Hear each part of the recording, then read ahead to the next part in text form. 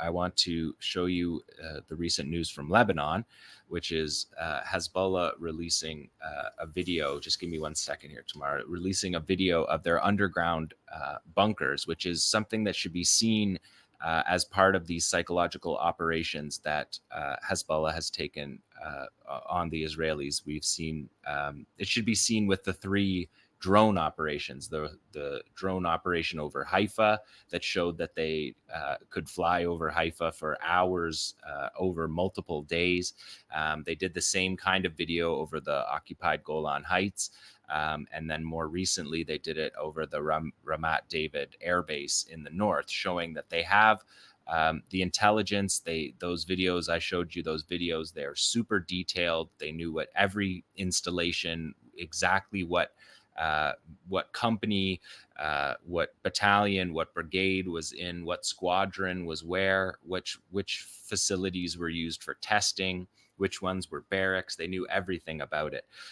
And so this video that we're going to see here is really part of that. And this week, Defense Minister Gallant was up in the north, and he was saying to the Israeli soldiers in the north that the center of gravity is moving from the south to the north, implying again, as they have been, that a war on Hezbollah, a war on Lebanon, is necessary to change the strategic outlook of Israel, where there's a buffer zones. The buffer zones are inside Israel. We've talked about this for the whole war. The buffer zones for the first time are inside Israel, both in the south in the Gaza envelope, but particularly in the north, where something like 40 settlements have been abandoned, and the Israeli military is pushed off the border by 10 kilometers. So an invasion of Lebanon requires the Israelis to retake land in their own country before they're going to Lebanon, which is just a strategic situation that they've never faced before. And again, we're going to look at this in the context of the assassination of Fuad Shuker, who was the strategic commander for the rocket and missile program. And after the war in 2006, Shuker saw the military buildup and expansion of Hezbollah from a rocket force that had 15,000 rockets at the time, half of which were destroyed or fired during the 2006 war, to now Israeli estimates have it at 200,000 rockets, plus a precision guidance program that Hezbollah undertook to make their rockets missiles, which has been going on now for more than a decade. So with that in mind, let's take a look at video 25 tomorrow, because this is just a remarkable video. We've seen the tunnels under Gaza built in clay and sand. These tunnels built in Lebanon are built in stone. They're built in the mountains. They're extremely fortified. As we know, the Gaza ones are too. The Israelis can't reach them with airstrikes. But this is the first time we have seen these underground facilities in this way. We've seen the bunkers in 2006. The underground played a key role in the July war in 2006. But this is next level, what they're showing us. It's something that we knew existed, but to see it on this level and to show, for Hezbollah to show this psychological operation in this moment as war, as Dr. Morandi said, feels like a response is imminent at any point here. This is a Nasrallah speech that's happening in the background that says the resistance in Lebanon has in its possession the weapons, equipment, and capabilities, and its fighters have the ability, expertise, and experience, and the faith, determination, courage, and will. And we are as stronger at any point than in our history. And also, this is in total secrecy underground. But you can see the size of this underground network on the walls. There's Abbas Musawi, who is the assassinated Secretary General of Hezbollah, who was before Nasrallah. He was assassinated in 1992. Picture of Nasrallah, picture of Qasem Soleimani, who was the Quds Force general, assassinated in 2020. And then this facility is called the Imad 4, named after Imad Mughniya, whose poster you saw there, the critical commander of Hezbollah, who was assassinated in Syria in 2008. So these assassinations They hurt the organization, but it doesn't change the trajectory. The builders, Fuad Shuker, who is responsible for this, assassinated in Beirut a few weeks back. This is the product of his work. And you can see the assassination of Fuad Shuker is not going to change the trajectory of this operation. We're seeing this massive underground bunker system, tunnel network connecting to all of these hidden launch pads for the 200,000 rockets and missiles. You can see the size of it with these trucks.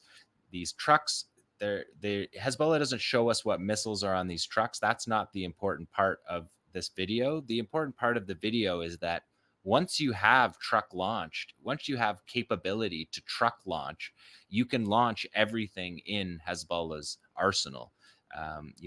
Particularly the Fatah 110s are the ones the Israelis are most concerned about.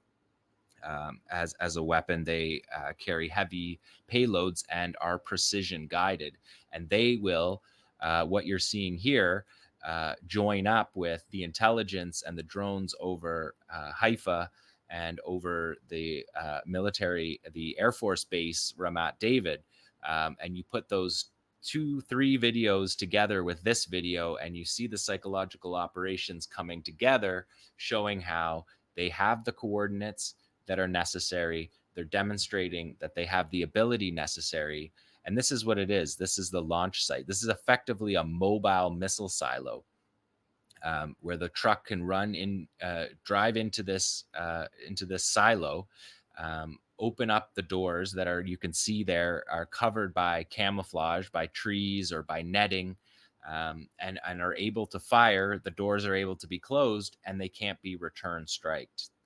They can't be taken out by follow-up strikes, which means that Hezbollah maintains the ability of second strike capability. So no matter what Israel does, Hezbollah has the opportunity to strike back, and that is just so that's Nasrallah saying the resistance now possesses rockets and precision-guided missile capabilities such that if Israel imposes war on Lebanon, it will face a fate beyond that which it could imagine at any point in its history, a war which will envelop all of Israel, he says Palestine, from the Lebanese border to the tip of Jordan at the Red Sea, from Kiryat Shmona to Eilat.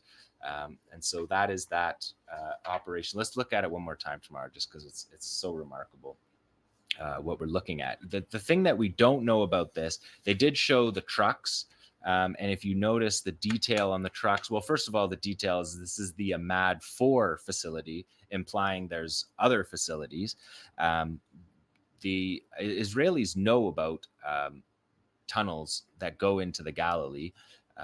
The Israelis have been on top of that for a while because the settlements, the settlers in the north have been terrified about this since the 2006 war. And there's a lot of stories in Israel about them panicking, saying they hear noises in the drains, they can hear digging, they can hear excavators working. And the IDF had to go up to the north and try to calm people's fears by sticking poles into the ground to see if they could find these tunnels. But these tunnels are below all of that. And unlike Gaza, where you have clay and sand and you need to deal with those as engineering problems, this is a completely different engineering project because you're going into solid stone. This video is called Our Mountains Are Our Treasures.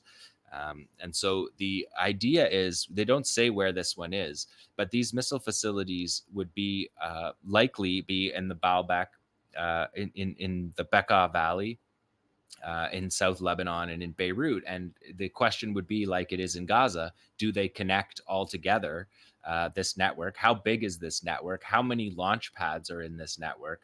And the launch pad capability, when you're talking about 200,000 rockets and missiles, this is just far beyond anything that Israel could handle. It's far beyond the Iron Dome, far beyond their aerial defense array, missile defense array. It's just on an orders of magnitude beyond that. The 2006 war was 150 rockets a day. Israeli planners are talking about 4,000 a day. right from the beginning of the war. And that's the number that were fired out of Gaza on October 7th. That's a number in one day that is more than the entire 2016 war. And so we have scale. This has been scaled up by Hezbollah, who now have, somewhere between 50,000 and 100,000 fighters. And Nasrallah laughs about it because he says he has way more fighters and more people who want to be fighters than they can deploy. And they also have in terms of a regional war, allies in Iraq and Syria and Yemen, and Iran, who are willing to fight this. So this regional battle that Dr. Morandi was talking about has the possibility to be devastating. And that's why Hezbollah is careful with this. And that's why Iran is careful with this. And I think Dr. Morandi's point is well made, but you can see how many trucks there are here. And these trucks are numbered 14. I don't know if I pointed that out yet. The one truck was 14, one was 13. So again, just subtle indications that there's a lot of these. And you can see how able they are to move through these tunnels. The tunnel is just a massive underground space and gives the rocket capacity, missile capacity to saturate all over Israel, to target Israel in a way that has never happened before, as Nasrallah is saying right now in this video. You could see the way that the launch pads are camouflaged on the outside as well. So they open from a hole, and you have mobile missile silos. It's a strategic reality that other countries, nation states don't have. Countries have missile silos that are individual silos, but the ability to drive underground and restock these firing positions, to have all your fighters already. This is the implication is already from 2006 that they're bunkered, that these tunnels are bunker positions for fighters. They have everything that they need in it for logistics, barracks, weapons caches, movement around. And in the 2006 war, they would pop up inside the same house as the Israelis were in and fight from upstairs to downstairs, psychologically tormenting the Israelis. They've been thinking about that ever since because of how devastating that was. So Hezbollah just really showing us with this psychological operation what they have, just a little sliver. What's hidden is greater, as they say. But just an idea of what they're capable of in a war with Israel. And I just wanted to show you one more, which is on the opposite end of the spectrum here. This is a quadcopter drone, one of 2,500 Hezbollah operations. They've been constant all week this week. You can see this is previous damage to this signals base. You can see on the left there that radar dome is completely destroyed. But they're using a quadcopter or a hexacopter here, an explosive laden one, flying it right up to this key surveillance and communications tower. And then watch what they do with the steering here. They're going to drive it right in and hit the cables that connect the entire tower. So rather than striking the tower, they're going in with a quadcopter drone and detonating it along the core of this cables that basically shuts down this entire operation. So they have from the most sophisticated underground missile silo. In the same week, they released this video that just shows the slow and steady degrading of Israel's aerial defense capacity, and that were a war to happen, we'll see the result of the taking down of this technical gear. There's been more than 500 operations against technical gear, knocking out Israel's communications. So that is the resistance report from the south of Gaza to the Lebanon border, and a few remarkable operations this week, carrying on apace.